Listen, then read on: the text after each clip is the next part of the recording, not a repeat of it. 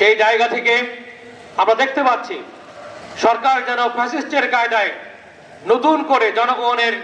মতের তোয়াক্কা না করে, জনগণের সেবার মূল্যায়ন না করে তাদের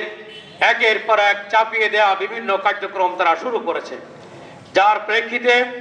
গত 3 মাসে আদায়কৃত সকল ভূতুড়ে যে বিদ্যুৎ বিল যেটি জনগণের উপরে সম্পূর্ণ অন্যায়ভাবে চাপানো হয়েছে, আমরা মনে করি জনগণের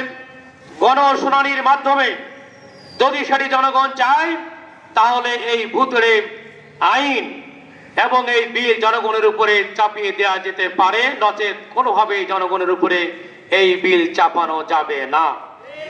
সম্মানিত বন্ধুগণ, একইভাবে 3 মাসের মধ্যে যেমন ডিমান্ড চার্জ, মিটার ভাড়া, অন্যান্য খাতে গ্রাহকদের কাছ থেকে অতিরিক্ত আদায় করা,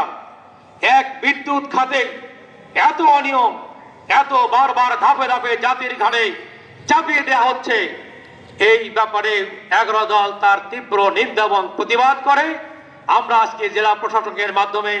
মাননীয় প্রধানমন্ত্রীর কাছে স্মারকলিপি পেশ করতে চাই যে মাননীয় প্রধানমন্ত্রী, আপনার পিতা, আপনার মাতা, দেশের খ্যাতনামা প্রেসিডেন্ট, প্রধানমন্ত্রী, অবশ্যই নেত্রী নামে তিনি খ্যাত, আপনি ক্ষমতায় এসে 3 মাসের মাথায় জনগণের রোষানলে আপনি পড়বেন না,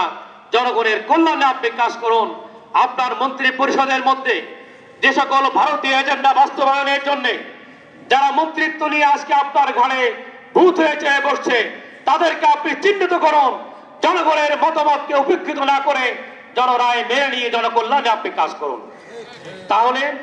11 দল, জামাত ইসলামী সহ আমরা সকলেই আপনাদের এই কাজে সহায়তা করে রাষ্ট্রকে ভালো একটি জায়গায় নিয়ে যাওয়ার জন্য আমরা আপনাদেরকে সহায়তা করতে চাই।